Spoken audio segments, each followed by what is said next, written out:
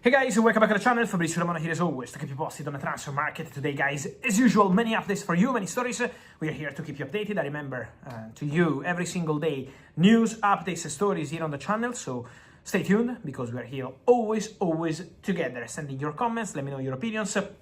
As always, to give you all the very latest. Today we have plenty of news, plenty of stories. So we have to talk about several topics. Let me start with one of the surprises of the day, because today is now, here we go, imminent. Dusan Vlahovic is joining Besiktas on a 3-year contract. So we are close to the end of the story, just waiting for the lawyers close to Dusan Vlahovic to approve the deal on a 3-year contract, and then Vlahovic could fly already tomorrow to Istanbul for medical test and contract signing as a new Besiktas player offered to several clubs.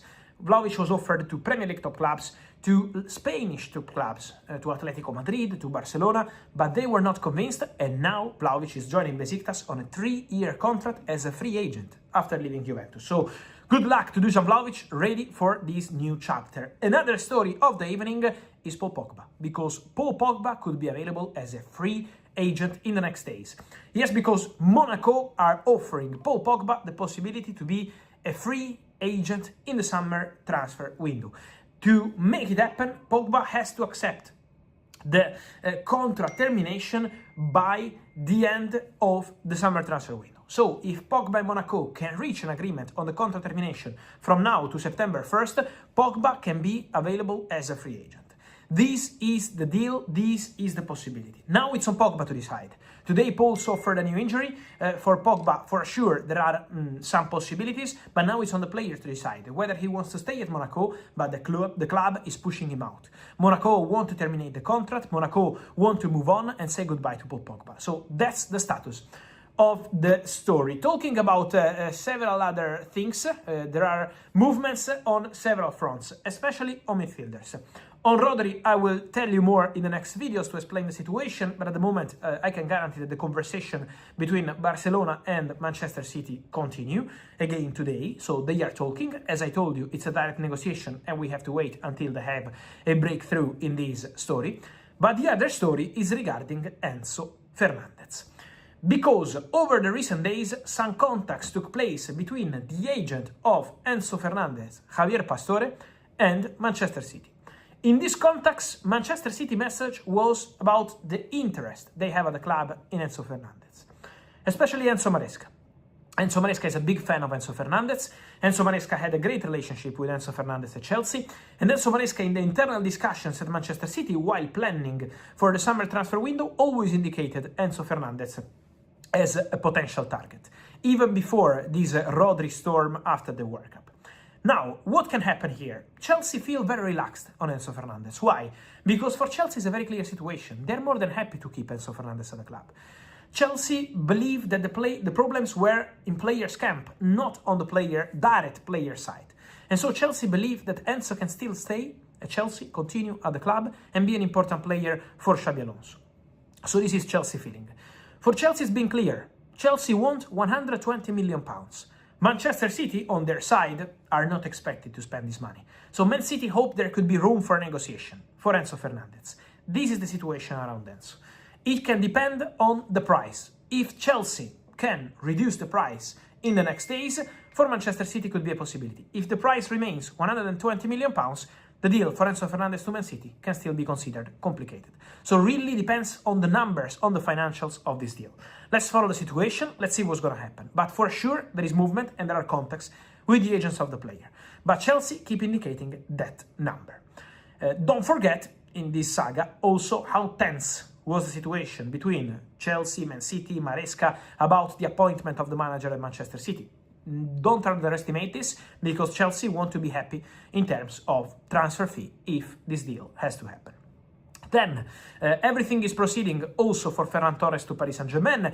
Paris Saint-Germain today closed another deal. They sign Suzuki from Parma, 35 million euros, 30 fix, 5 in add-ons. Everything has been agreed with the goalkeeper. There is a chance he goes on loan to Juventus. It's a possibility. Juventus are interested, and Juventus are expected to make a decision whether they want to get Suzuki on loan from Paris Saint-Germain or go for another goalkeeper. It's on Juventus to decide. PSG offer this possibility, and Juve are absolutely interested. Then, more to mention, guys, on opportunities, on names for these final days of the summer transfer window. Max Allen from Manchester City is going on loan to Burnley. It's an exclusive update of the afternoon. Another exclusive news of the day, Inter are going all in for Jed Spence. Inter will bid for Jed Spence. There are contacts ongoing with Tottenham. Now it's on Tottenham to decide whether they want to sell the player or if they want to keep him. It's on Tottenham to make a decision. Inter are on it. Despite links with Liverpool and Man United, according to my information, Liverpool and Man United so far never reached out for Jed Spence, so never been a possibility. Now Inter are keen. The player is open to going to Inter, but now it's on Tottenham to make a decision. A decision has been made by Iliman Ndiaye over the recent days. Despite a really rich proposal from Al Hilal, Iliman Ndiaye doesn't want to go to Saudi. Iliman Ndiaye wants to continue in Premier League. He's happy at Everton, according to my information, but if a big proposal arrives from Premier League clubs, could still be a possibility. So Premier League is the league where Iliman Ndiaye wants to be. He doesn't want to go to Saudi, despite a really big financial proposal coming from Al Hilal. And then, guys, I also want to mention something on the Lewis Kelly drama today on social media everywhere. This story about Miles Lewis Kelly, Man United, Chelsea, he can leave Arsenal.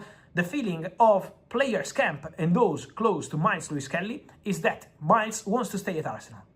Miles wants to continue at Arsenal. He can be important at left back, in midfield, as he was in the final part of the season. So Miles Lewis Kelly wants to fight for his place at Arsenal. The only way to see Miles Lewis Kelly leaving Arsenal in the final weeks of the summer transfer window is if Arsenal tell the player, okay, we want to sell you. But as of today, this has not happened.